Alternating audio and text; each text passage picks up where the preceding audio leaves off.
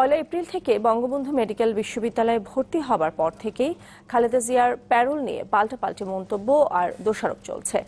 আওয়ামী লীগের দাবি, বেগম জিয়ার বিষয়ে যে কোনো সিদ্ধান্ত নেওয়ার এখতিয়ার আদালতের। তবে তার পরিবারের আবেদন ও চিকিৎসকের পরামর্শের প্রেক্ষিতে বিদেশে চিকিৎসার জন্য প্যারোলে মুক্তি বিবেচনা করতে পারে সরকার। বঙ্গবন্ধু শেখ মুজিব মেডিকেল বিশ্ববিদ্যালয়ে চিকিৎসাধীন দুর্নীতির দায়ে সাজাপ্রাপ্ত বিএনপি নেত্রী বেগম খালেদা জিয়ার প্যারোলে মুক্তির আলোচনা নিয়ে রাজনৈতিক অঙ্গন এখন মুখরিত।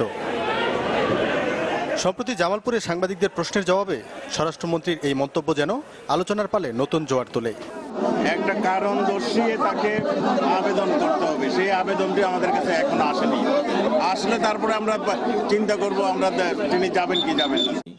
আওয়ামী লীগ নেতারা বলছেন, খালেদা জিয়ার বিষয়ে কিছুই করণীয় নেই সরকারের, তাকে আইনি প্রক্রিয়াতেই মুক্ত করতে হবে বিএনপির।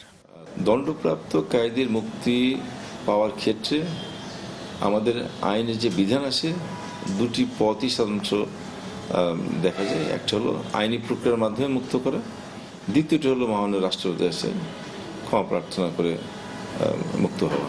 তিনি এমপি হিসাবে শপথ নিয়েছেন, প্রধানমন্ত্রী হিসেবে শপথ নিয়েছেন, তার দ্বারা একটা অপরাধ সংগঠিত হওয়া, এটা দুর্নীতি করা, এটা দেশের জন্য একটা ভয়াবহ ঘটনা। কাজেই যে কোনো অপরাধীর থেকে তিনি অনেক বড় অপরাধী। কাজেই তাকে এতটা স্পেস দেওয়া কতটুকু যুক্তিযুক্ত। যদি বিএনপি চেয়ারপারসনের প্যারোলে মুক্তির কোনো পরিস্থিতি তৈরি হয়, তাহলে পরিবারের আবেদন বিবেচনা করবে সরকার, এমন মন্তব্য আওয়ামী লীগের এই দুই নেতার। অনেকের ক্ষেত্রে চিকিৎসকরা অপারগতা জানায়, সেই ক্ষেত্রে আমরা দেশের বাইরে চিকিৎসার জন্য তাদেরকে নিয়ে যাই বা সুযোগ দেই। সেই ধরনের যদি চিকিৎসক যদি সেই ধরনের কথাবার্তা বলে, তারপরে যদি তার অপরাধীর পক্ষ থেকে যদি সেই ধরনের আবেদন করা হয়, তখন সরকার সেটা বিবেচনা করে দেখবে।